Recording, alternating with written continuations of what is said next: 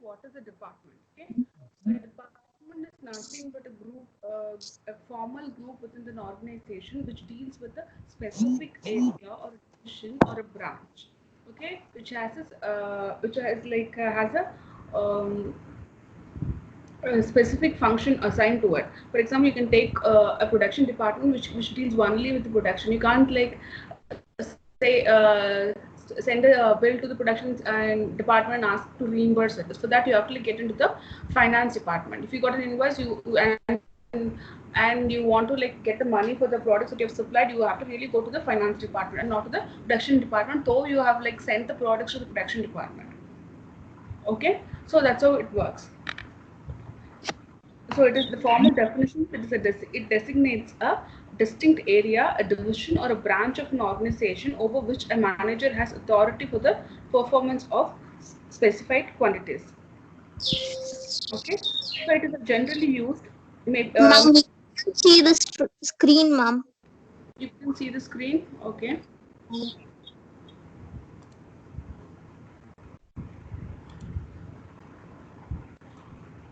Now you are able to see the screen. Yes, ma'am. Okay. Okay. So let's resume about this department. Okay. It is department is generally used maybe for the production division, sales department, or for the West Coast branch or East Coast branch or the East India branch, a market research section, or for the accounts payable or receivable unit. Okay. In some enterprises, department terminology is loosely applied. In others, in the kind of a larger organization, it indicates the hierarchical relationship. Thus, a vice president may head a division, or a director can head a division. Okay, so a manager will be like heading a department or a branch. Okay, a chief might be like heading a unit or a section. It differs from organization to organization, and it is kind of interchangeably used. It's nothing but a group of people working on a specific group of tasks. Okay, so that you can like call it as a department. So when you have too many levels in an organization, there might be like some problems. Okay, so imagine you have an organization where you have very a newly joined executive, and he will be like reporting to the senior executive, and then that senior executive will be reporting to his team lead, and the team lead will be reporting to his manager, and the manager will be reporting to his delivery manager. Imagine that's an IT firm, and that delivery manager will be like reporting to the project manager, and then he to the group head, and the group head will be like reporting to the general manager of operations, and then he will be reporting to vice president, and then he'll be like reporting to the country head or the CEO of the particular country, and then that Indian country head or someone, he'll be like reporting to the founder or a president of the company. Right, that's how it works. And imagine if you have like around 10 to 12 levels in an organization, complications that you'll be having. For example, if a CEO or a founder wants to expect some information or communication to the employees at the low level, maybe they can like contact them directly. They can't contact them directly. Maybe they can just like do a direct meeting with all the employees, and it is not possible because these kind of organizations are geographically widespread. So the one of the good method is to like contact them through the um, video conferencing sessions, like what we do right now, or it can be like a group Ma'am, mailers. can't hear you, ma'am. Is it audible now? Ma'am, your voice is breaking, ma'am. Okay. Is it okay now? Yes, ma'am. Okay, I don't know. Maybe like I never had a complication with Google Meet or Zoom, but I don't know Now whether it's great. what. And for some time it's clear, ma'am. Okay, okay. Then Maybe it there's starts a breaking. network fluctuation or something. That's why we have this problem. So if you got any issues like that, someone like talk it out, okay? Or like, Now also, ma'am, it's breaking. is it okay now? Now it's clear, ma'am. Okay. So guys, I was like just talking about what were the problems that an organization will face if they have too many levels. Okay. So having too many levels can be like very expensive. That might lead to very costly mistakes, and it will really complicate the communication between the founder to the last level employee, or from the last level employee to the founder to the president, and it will really complicate the way they plan the things. They plan their uh, like activities that they're to do in a year or a month, and how to control them. It's going to really complicate things, and there's a lot of factors that influence them, and there's a lot of ways that you can solve them, that we're going to be like discussing about that. And this will be like solved by taking the right action on the management span. Okay. So here I have a small structure for an organization with narrow spans. When you see narrow spans, there'll be like fewer people reporting to a manager, and that manager will be reporting to the higher authority, and he'll be like having reporting to the other higher authority. So I was like saying about having this newly joined executive reporting to a senior executive, and he'll be reporting to the team lead. The team lead will be reporting to the project manager, and project manager will be reporting to a delivery head, and then he'll be reporting to a country head or general manager, and then that person will be reporting to the CEO, and then or vice president, and then to the founder. So here you see lot of levels. Okay, the number of people reporting to a manager will be kind of less here. That's why we call it as a narrow span, but there are too many levels. Okay, so these kind of organizations can be called as a ones with narrow spans. So there are like a lot of advantages by having a narrow span in your organization. So you'll be having a very close supervision on your subordinates, and there'll be like a lot of control. You can exercise control. You really know what your subordinates are doing, and then the communication between the organization within the organization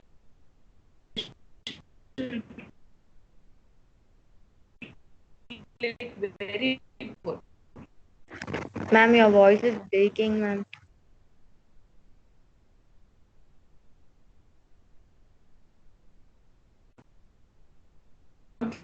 Now we couldn't hear it, ma'am.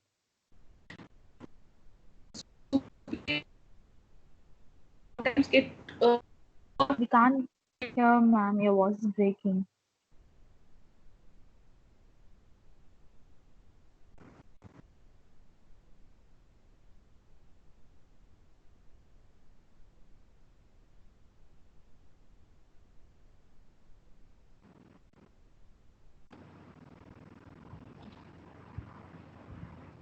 is it okay now?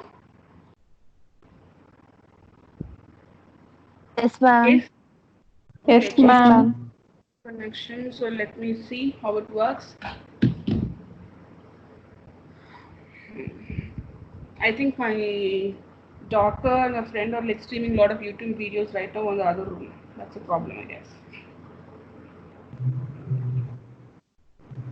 Okay. So I was now I'm going to explain what happens in a wide span of organization. Okay, so here the levels in the organization will be like very less, where you'll be like having a team.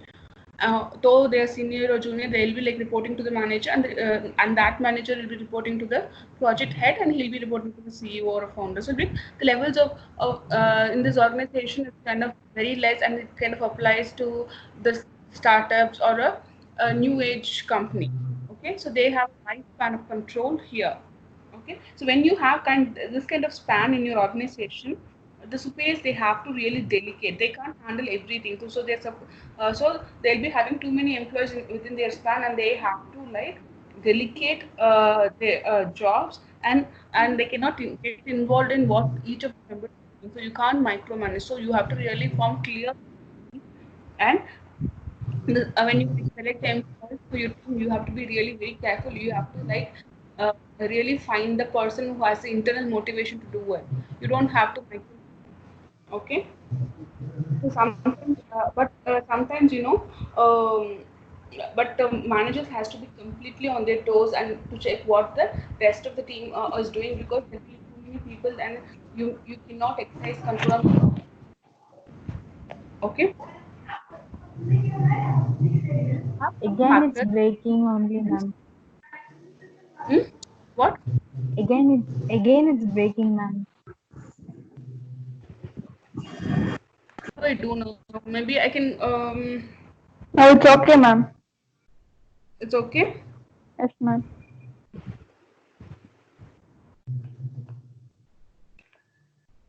Okay, so there are you can't just decide. Okay, I can have a narrow span in my organization or a wide span in my organization. You can't just like decide with that. Okay, there are a lot of factors which decides that, and that is like called as a situational approach. Maybe I'll explain that first, and then we come to the factors. Okay, so we have a situational approach, and based on this principle only, the management span in an organization will be decided. So it based on the factors that you have, you can like limit how many number of employees a manager can be able to manage. Okay, so I mean, a person can even manage 100 people, but how effective we can like manage them. So that is called as a situational approach. This kind of things or the causes or the factors will like differ from company to company, organization to organization. Okay, so let's get into the factors. Okay, so when you have a narrow span, what happens? You don't. When you have a little or no training in your subordinates, you can like choose a narrow span so that you can like have a close supervision on your employees. So if your subordinates are completely trained, when your team is completely trained, you can go for a wide span because they know what to do. So you don't have to like control them. You don't have to micromanage them. So you can go for a wide span. Not too many managers are required. So when you have a inadequate or unclear authority delegation, so you don't know like what kind of who has to do what and things like that, you have to go for a narrow span. But when your policies are kind of correctly defined, you can go for a wide span. Okay, if you have your objectives and standards non-verified, you can go for this. But when you have clear objectives, clear goals, and know what to, you can go for a wide span. Okay, and when there's a fast change in your external and internal environment, you have to go for a narrow span. Okay, but there is no change when your industry is completely stabilized, you can go for a wide span. Okay, so when your employees have a poor communication techniques, and you don't able to like reach out to them, in that case you can go for a narrow span. Have a proper communication and proper.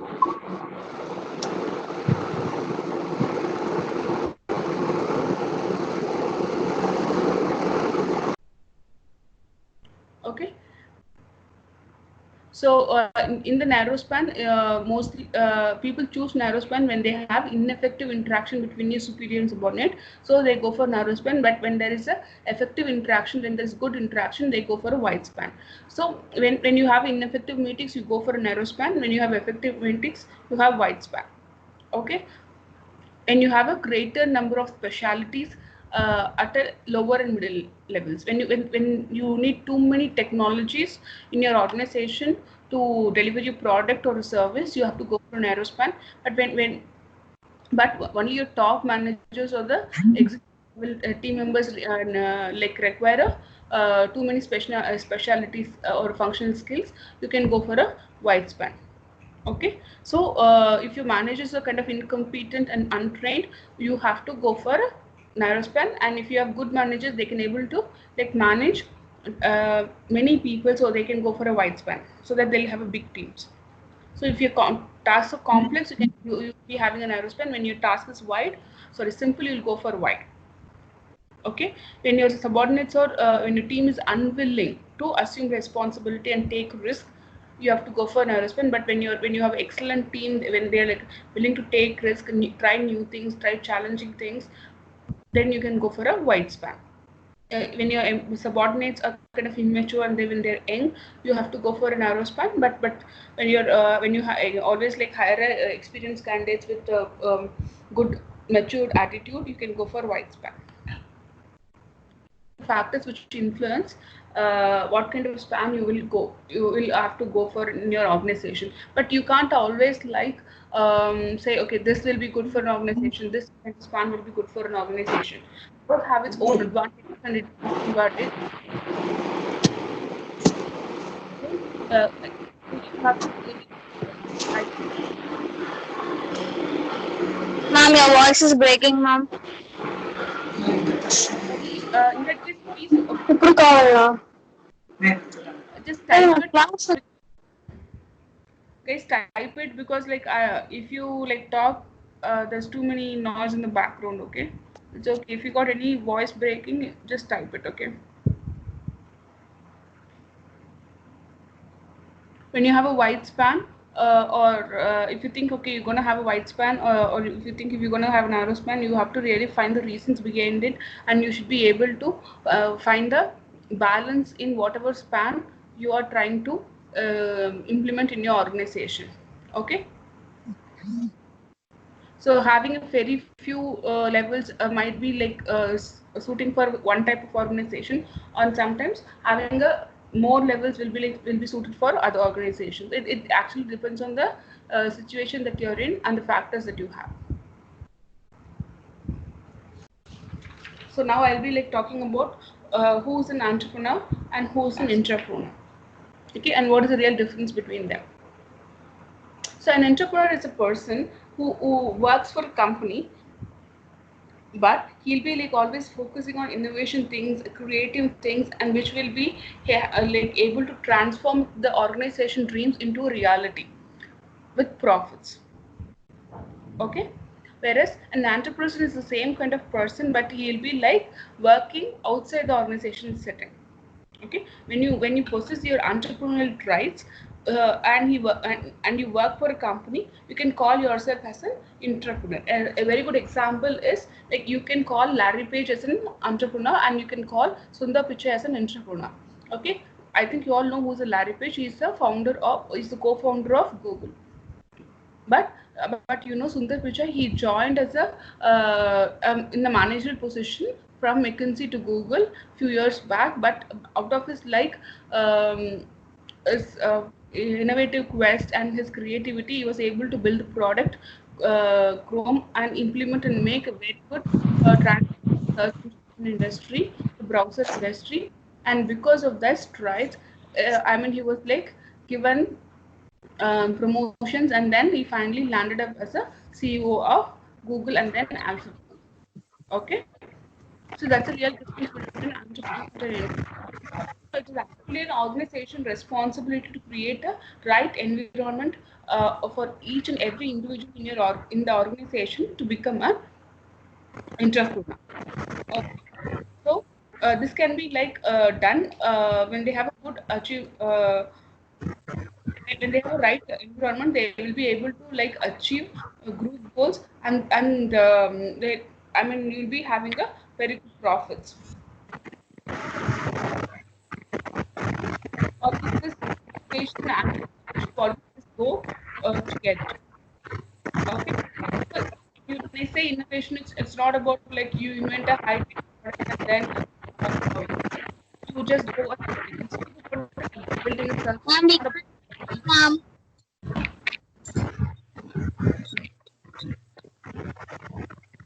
So what do I do with this then?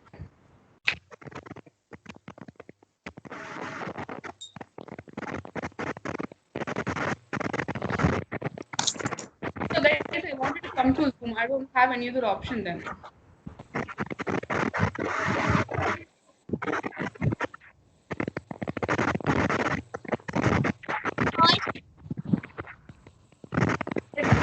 I am teaching to the second years as well as third years, but nobody had complained like that. They were all able to hear everything. I've been teaching minimum 2 to 3 hours a day so far during the lockdown. Nobody was able to, like, no one had this kind of complaints. When I did a speed test, it is kind of, I have a very good internet connection, both in my Wi-Fi connection as well as in my mobile hotspot. So I guess you don't have a proper internet connection.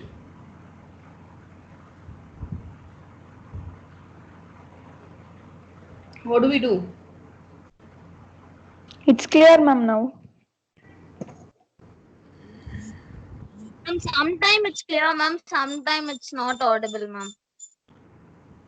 Guys, I want everybody to mute your microphone. Okay, please mute your microphone.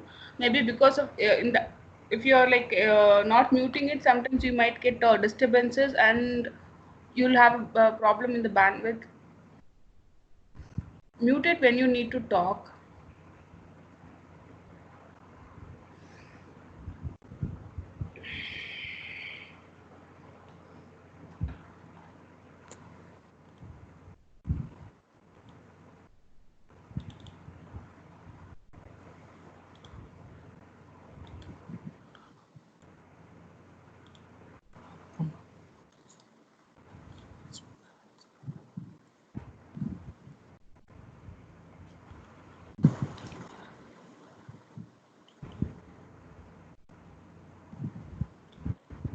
Can you hear me now?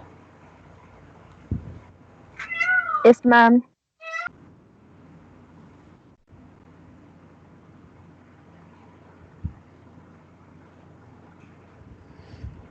Okay.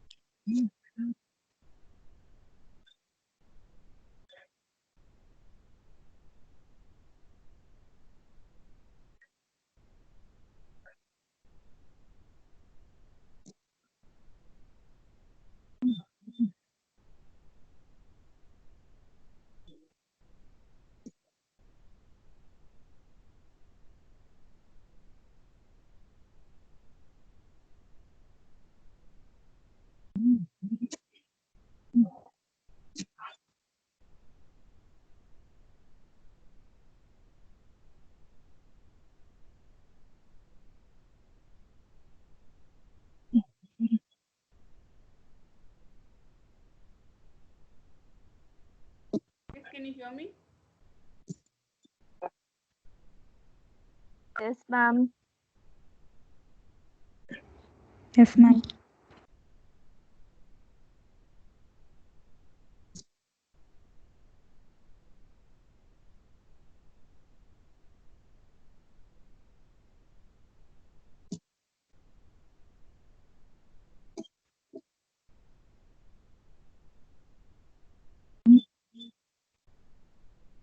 Okay, can we start?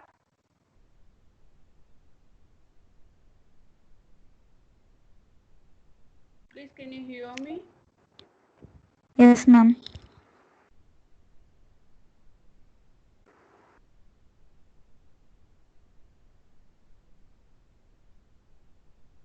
So imagine about the companies which kind of started around 200 or 100 years back.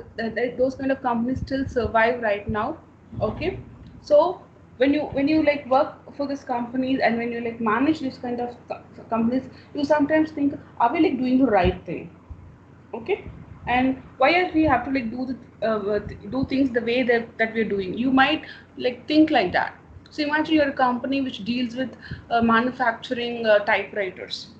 So when you're gonna manufacture a typewriter right now in this millennial era, do you think it's gonna work? No. So in that case, they have to really redo the production. They have to rethink about the product they want to do, right? So and this kind of redefining the way you do things, redefining what you do is called as re-engineering. Okay, so these words are kind of coined by Hamper and Champy. Okay, so here what they do is like they are really ask the organizations what is the need of doing the things they do right now, and why do they have to do it right now. They ask them to like rethink the fundamental things they are doing. Okay, and they ask them to like completely redesign the business process they are like going through. I mean, it's about redesigning the way they're doing things in a complete way. So that's about radical. It's about like redesigning the way you do things completely to get dramatic improvements, to get profits. Okay, in terms of how much you spend, in terms of like at what rate you achieve your target, and with maintaining the same or a good quality and service.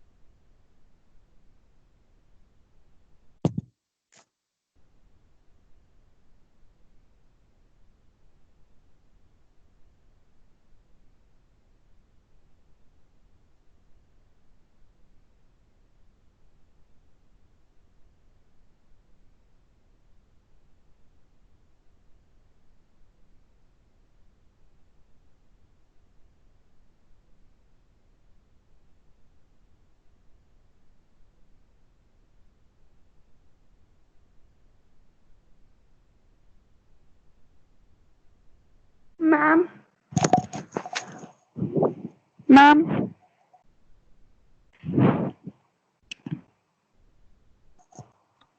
Ma'am, உங்களோட microphone மியூட்ல இருக்கு. Mute ஆயிருக்கு ma'am.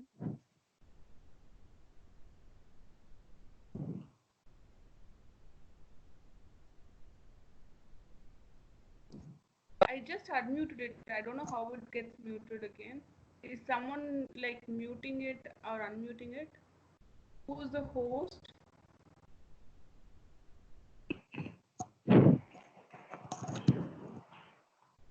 How long it's muted, guys? Ma'am, now for 2 minutes. Ma'am. Previous slide. Yes ma'am, that's right. Actually, like I was talking when I was like talking about the definition and all. It was unmute. It was on the right thing, right? Yes, ma'am. While talking the definition, it was clear, ma'am. Ma'am, it's Then how got it muted got from muted? key aspects. So Yeah, how it got muted then? I mean, the host can mute and unmute the participants. I guess like just check it out if you're like clicking any wrong buttons. Okay.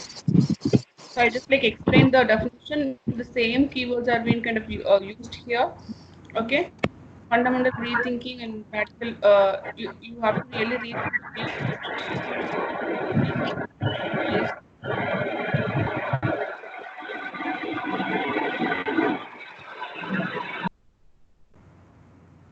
Who is Rowdy Rocker?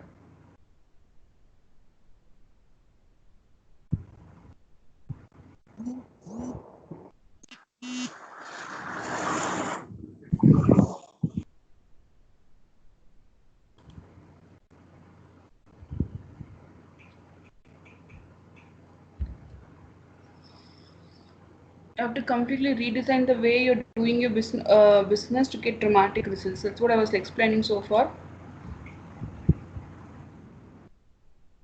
I hope you all remember the process that I've been like discussing earlier.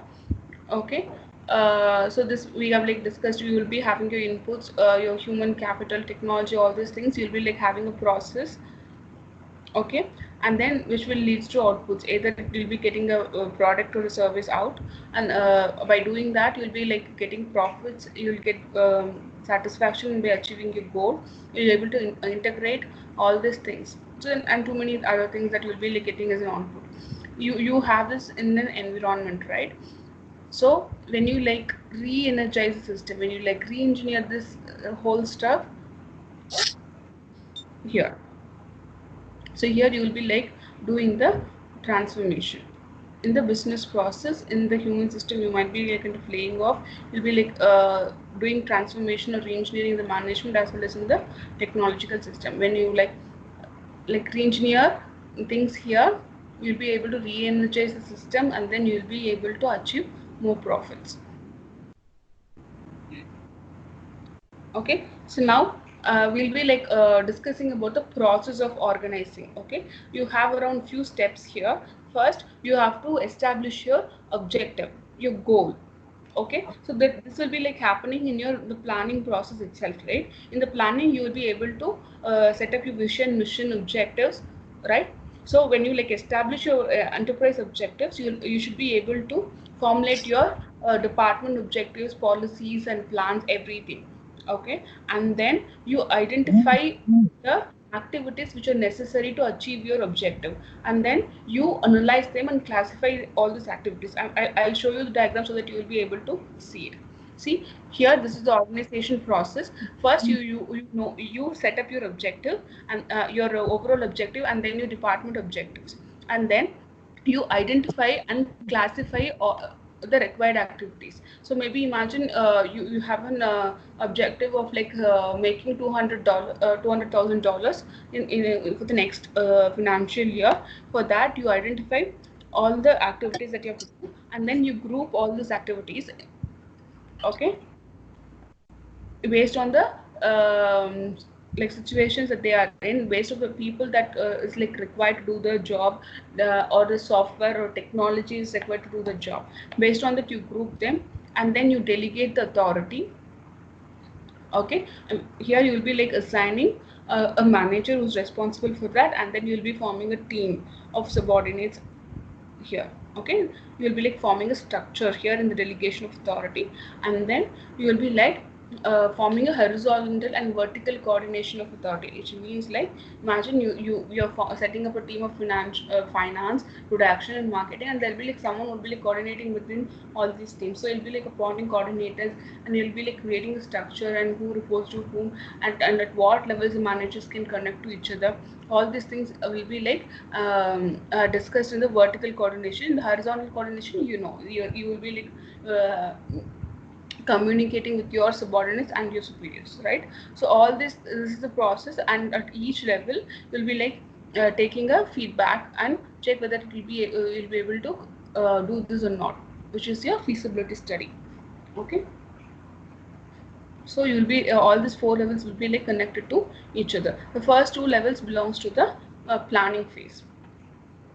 Okay, so this is a process of organizing. I think you got it right. So far we discussed what is departmentization, how organization can be like split based on the wide span and narrow span, and situation approach. What are the factors which influence the span of management, and how we have to balance both the spans. And we discussed intrapreneur and entrepreneur, and then we discussed how an organization should create an environment for an intrapreneur to like achieve things. Then we discussed about re-engineering and process. Okay, now we'll be like moving to the next topic right now: organization structure or departmentation.